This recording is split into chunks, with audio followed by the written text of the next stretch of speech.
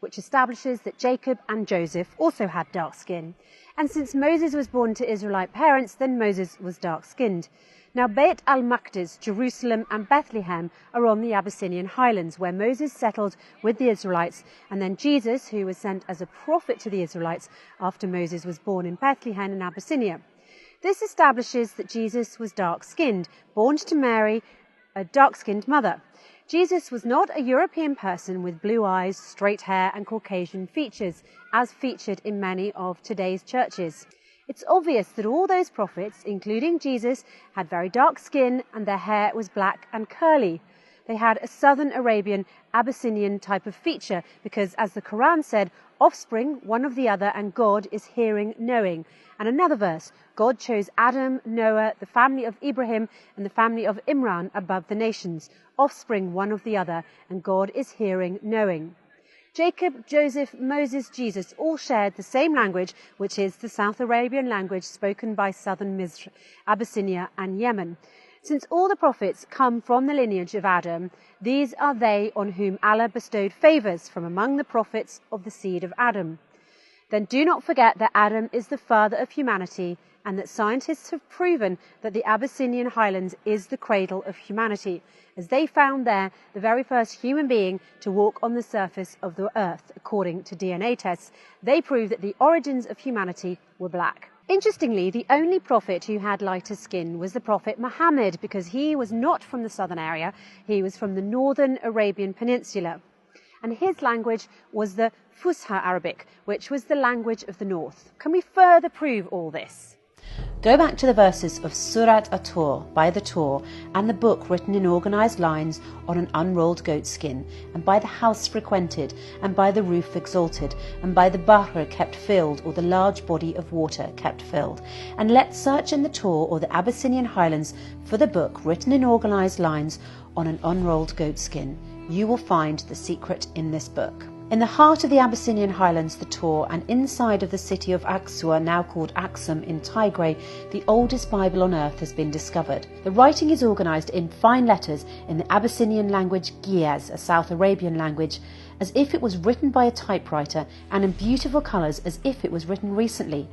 While its pages are straight and not flipped, the pages of the Bible are made from dried goat skin, or rek as it is called in Arabic. This is very significant because the skin of the goat, or rek, is an organic material that contains carbon atoms which can be recognised by radiated carbon testing to clearly identify the age of the document. According to these tests, it is the oldest Bible in the world, dating back to 330 AD, or more than 2,000 years. The local monks believe that this book holds magic properties.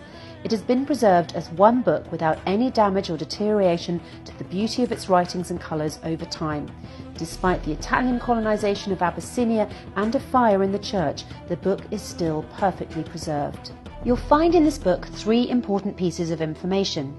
First, the Jerusalem Temple is located in the Abyssinian highlands, the Tur. The theologians Judas Mackenzie and Francis Watson have deciphered the oldest Bible, the Bible of the Abyssinian highlands, the Tur. And while exploring the pictures in the Bible, they came across a very famous one that's present in every Bible throughout history, the picture of the Jerusalem Temple.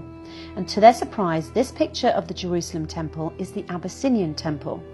The picture of the Abyssinian Temple is well known for its square, wide-framed, blind windows subdivided by a cross that are later found on the rock-cut churches at Lalibela. And the windows on this building are similar to Aksumite and later Ethiopian architecture. However, it's notable that the columns do not have the Attic bases used on their frames and in Roman and late antique architecture on Corinthian columns. Rather, close inspection reveals that they have plain, stepped bases.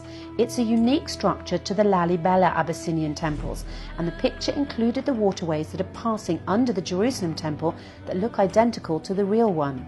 Second, in this book, which has been proved by carbon dating to be the oldest Bible on earth, is a picture of Jesus as a dark-skinned person with curly dark hair, and not the Caucasian that is present in many other churches. Also, the pictures of Mary show her as a dark African woman, different from the pictures of Mary elsewhere. This piece of information is also proved by forensic medicine in a study performed by a specialist in medical drawings and forensic medicine, Richard Neve. He examined 3 Semite skulls for the Israelis using the latest in medical scanning technologies. Neve was able to depict the closest and most accurate illustration of Jesus. The illustration, as you can see, is for a tanned man with dark curly hair and with facial features similar to Southern Arabian features. So since there have never been any actual drawings of Jesus discovered, scientists are calling this the most realistic drawing of Jesus ever created. Third, the journey of the Holy Family started from the south, from Abyssinia, passing through Sudan by the valley of the Nile up until it reached Asyut in Egypt as we know it today. The Holy Family established the first worship place, which is now known as the Church of Miriam in Deir al-Marek in Asyut.